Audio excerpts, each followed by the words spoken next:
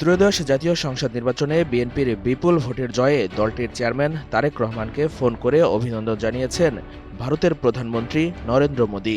শুক্রবার ১৩ ফেব্রুয়ারি তারেক রহমানকে ফোন করার তথ্য নিজেই জানিয়েছেন নরেন্দ্র মোদি। ভারতের প্রধানমন্ত্রী এক্স হ্যান্ডেলে এক পোস্টে জানান, তারেক রহমানের সঙ্গে কথা বলে আনন্দিত। বাংলাদেশের নির্বাচনে অসাধারণ বিজয়ের জন্য আমি তাকে অভিনন্দন জানিয়েছি। এখন ঘরেই হবে বিয়ে বাড়ির পোলাও, যদি থাকে আকিজ এসেনশিয়াল সুগন্ধি চিনি গুঁড়া চাল। বাংলাদেশের জনগণের আশা আকাঙ্ক্ষা পূরণে তার প্রচেষ্টায় আমি আমার শুভেচ্ছা ও সমর্থন জানাই। নরেন্দ্র মোদি বলেন, গভীর শেকড়ে আবদ্ধ ঐতিহাসিক ও সাংস্কৃতিক সম্পর্কযুক্ত দুই ঘনিষ্ঠ প্রতিবেশী হিসাবে আমি আমাদের উভয় দেশের শান্তি, অগ্রগতি এবং সমৃদ্ধির প্রতি ভারতের অব্যাহত প্রতিশ্রুতি পুনর্ব্যক্ত করছি।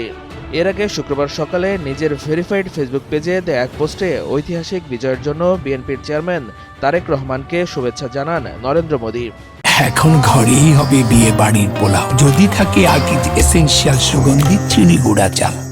ফেসবুক পোস্টে বলা হয়, বাংলাদেশের সংসদ নির্বাচনে বিএনপিকে এক বিপুল বিজয়ের নেতৃত্ব দেওয়ার জন্য আমি জনাব তারেক রহমানকে আমার উষ্ণ অভিনন্দন জানাচ্ছি। এ বিজয় আপনার নেতৃত্বের প্রতি বাংলাদেশের জনগণের আস্থার প্রতিফলন। তিনি আরও বলেন, ভারত একটি গণতান্ত্রিক, প্রগতিশীল এবং অন্তর্ভুক্তিমূলক বাংলাদেশের সমর্থনে পাশে থাকবে। আমাদের বহুমুখী সম্পর্ক জোরদার করতে এবং আমাদের সাধারণ উন্নয়ন লক্ষ্য অর্জনে আপনার সঙ্গে কাজ করার জন্য আমি উন্মুখ।